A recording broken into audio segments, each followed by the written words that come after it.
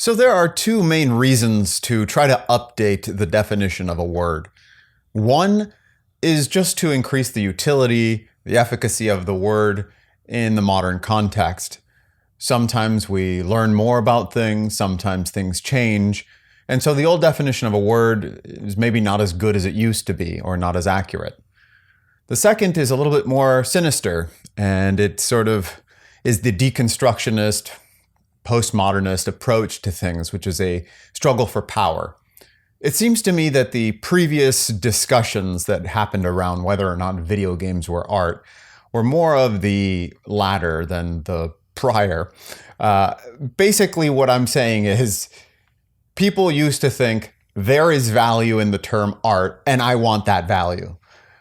So rather than trying to actually define whether or not games were art, or what art is in the modern context, it was just kind of a struggle for trying to claim whatever power, whatever value comes with art and put it into video games. But that's not what we're going to do right now.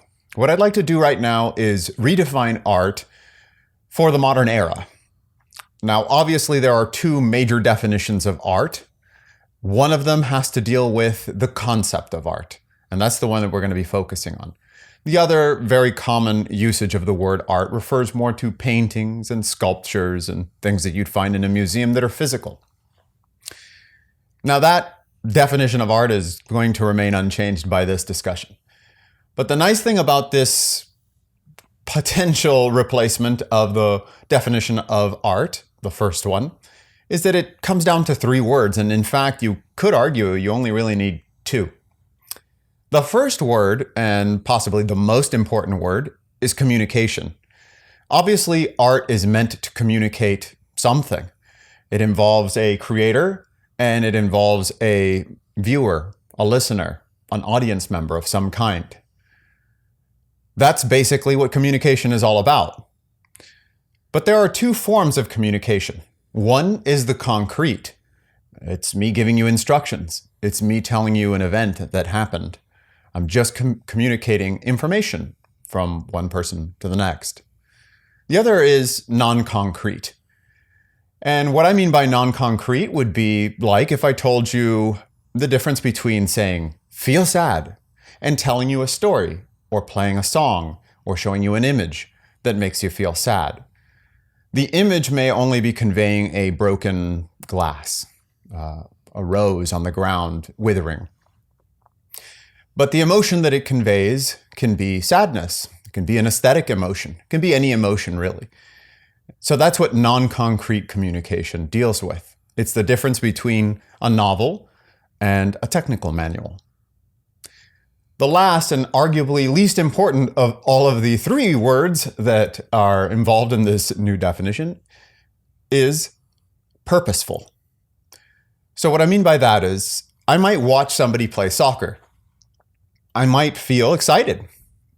It's a form of communication in the sense that the person is moving around, performing an activity, and the viewers, the audience, and there may be hundreds of thousands or millions of them, can feel a variety of emotions from frustration and elation to suffering if their team loses. But that's not the purpose behind the act. The purpose behind the act is to win the game of soccer.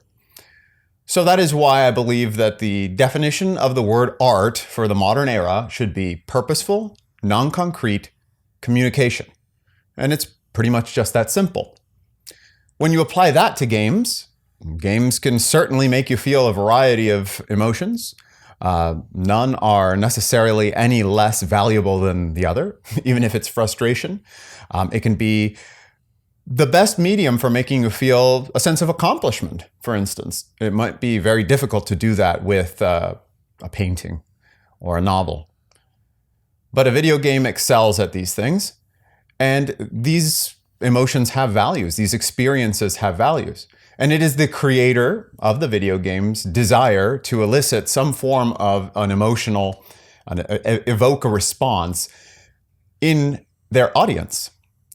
So that's why I've believed, and I've believed this since when this conversation was relevant, back in the early 2000s, that video games are a form of art.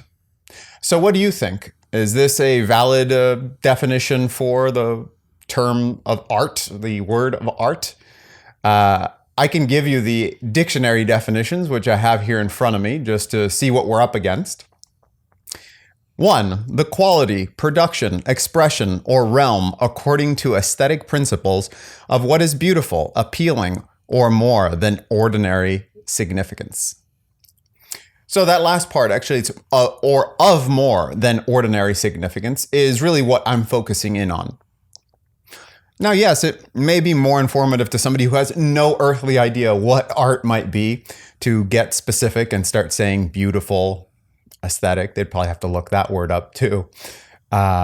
Expressions, but for most people who would look up this word with some vague understanding of what it is, I think that the focusing in on just beautiful, on just aesthetic, is possibly too restrictive. I think that the evoking of emotion and experience is really what we're trying to get at here. So that's why I believe that this very short 3-word definition is possibly a bit superior to what we currently have in the dictionary. But let me know how you would define it. Would you put purposeful in there? Would you take that out? Can you accidentally do art? Is one man's soccer game another man's art? I think personally that purpose is necessary for the art. That was probably the most debatable of all of the 3 words. So let me know what you think in the comments below, and please like and subscribe, and I'll see you next time.